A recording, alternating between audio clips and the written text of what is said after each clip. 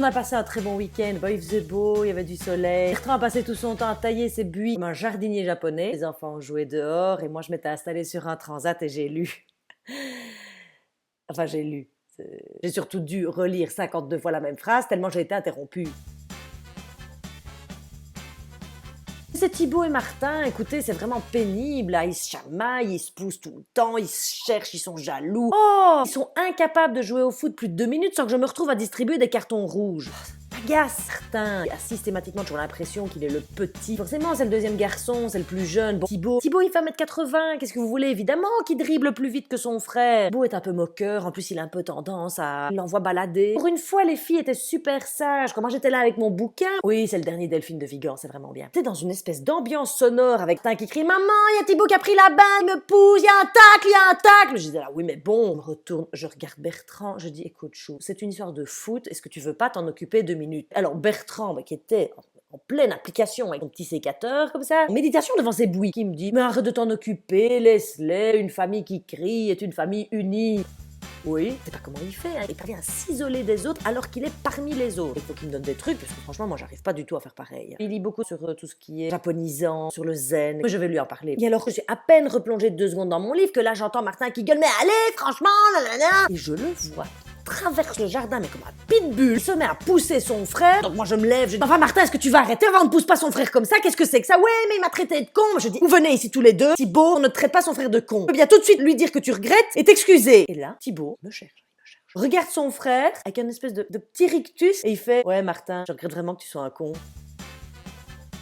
Donc évidemment, Martin se met à pleurer. Moi, je regarde vers Bertrand, qui est toujours là en train de couper ses petits bouis. Il dit: mais enfin, Bertrand, mais interviens, nom de Dieu, mais fais quelque chose. Il me regarde et il me dit: un bon chef de famille, c'est parfois se montrer un peu sourd. Moi, je dis: oui, mais enfin, tu comptes me sortir tous les proverbes japonais que t'as lus dernièrement, là, ou quoi? Je suis sur mon transat, je suis à 18 de tension. À 18, mais alors là, je suis montée d'un coup. Moi, j'essaye quand même malgré tout de me replonger dans mon bouquin. En plus, c'est un bouquin magnifique. Et je suis bloquée à ce moment-là sur la phrase: j'avais accepté depuis longtemps l'idée que je n'étais pas l'une de ces femmes impeccables, incontestable que j'avais rêvé d'être. C'est une phrase magnifique. Toutes les 2 secondes, je suis interrompue, donc je recommence à chaque fois. J'acceptais depuis longtemps l'idée que je n'étais pas l'une de ces femmes impeccables, incontestables que j'avais rêvé d'être. Chez moi, toujours quelque chose dépassait, rebiquait ou s'effondrait. Bah oui, bah c'est tout à fait ça. Je lève les yeux. Là, on limite en train de se battre. Mon sang n'a fait qu'un tour. Il levait de mon transat, j'ai tapé mon bouquin, j'ai dit: mais enfin, est-ce que ça va cesser? Et j'avais dans l'idée d'aller dire calmement qu'il y a un minimum de respect dans cette famille et qu'on ne se frappe pas, et qu'on ne se pousse pas, et qu'on ne s'insulte pas. Là, je ne sais pas ce qui s'est passé en moi. Est-ce que c'est parce que Bertrand est en train de vivre son moment tibétain tout seul avec ses bouillies? Ou est-ce que c'est parce qu'il est en train d'assister à cette 3e guerre mondiale dans mon jardin? Et je ne sais pas ce qui me prend et je regarde Thibaut et je dis: écoute-moi bien Thibaut, tu vas arrêter maintenant de faire chier ton frère, hein, et tu vas bien m'écouter mon ami. Parce que je vais te dire une chose bien claire. Moi je veux que tu l'aimes ton frère. Et tu sais pourquoi? Parce que papa et maman, un jour, ils vont mourir. Oui, oui. Et tu seras tout seul. Et tout ce qui te restera, ce sont tes frères et sœurs. Mais tu sais ce qu'il te fera ton frère? Eh ben ton frère, il te fera ça. Hein, parce que tu l'auras tellement fait chier avec toutes tes conneries, eh ben qu'il ne voudra plus te parler. Alors maintenant tu prends ton ballon, tu vas dans ta chambre et tu vas réfléchir à tout ce que je t'ai dit. J'ai complètement dépassé les bornes. Camille s'est mise à pleurer en disant: pourquoi est-ce que tu dis que tu vas mourir, maman? J'ai été m'excuser tout de suite auprès de Thibaut. Je lui ai expliqué parce que ça faisait écho à ce que moi-même j'avais vécu petite et que voilà, j'avais été moi-même la petite dernière, donc forcément, enfin voilà. Qu'en dites-vous?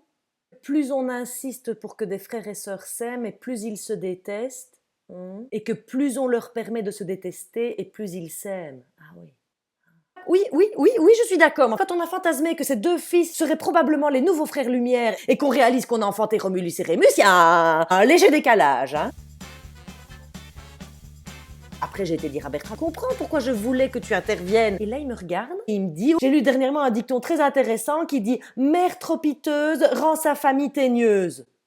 Je dis: oui. Ah bah ça m'aide beaucoup Bertrand, puisque tu as découvert maintenant la voie de l'harmonie par le Qigong et le Tai Chi et que tu as réussi à harmoniser ton yin et ton yang. Et je suis sûre que tu ne verras pas d'inconvénient à ce que j'aille lire dans ma chambre pour toute la fin de la journée, que tu n'auras aucun mal à appliquer le fameux proverbe français qui dit qu'un bon père de famille doit être partout, dernier couché, premier debout.